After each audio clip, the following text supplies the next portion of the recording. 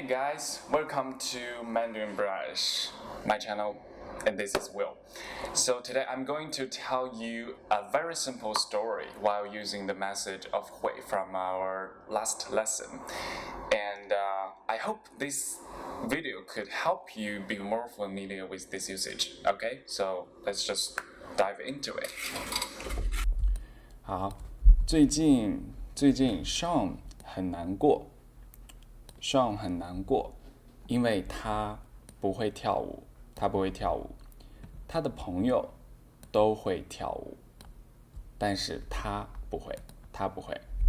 1个月之后，学校有一场舞会，大家都会去，他喜欢的女生也会去，所以 Sean 也非常想去，但是他不会跳舞。他的朋友 Rain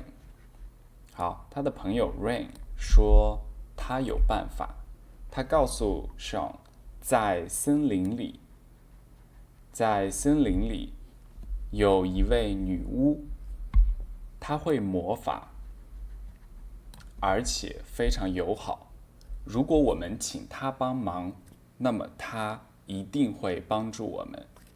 于是他们一起去了森林，但是他们没有找到女巫，而且他们迷路了。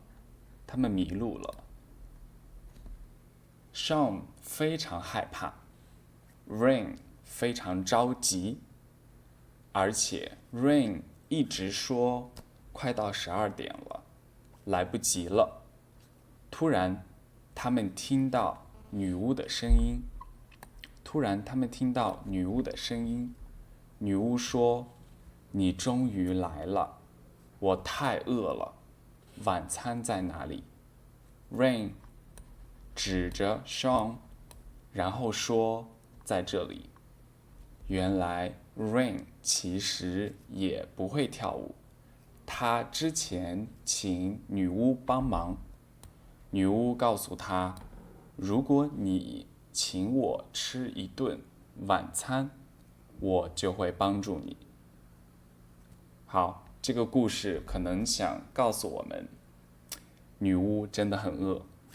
I hope you guys enjoyed today's video and feel free to subscribe and leave a comment.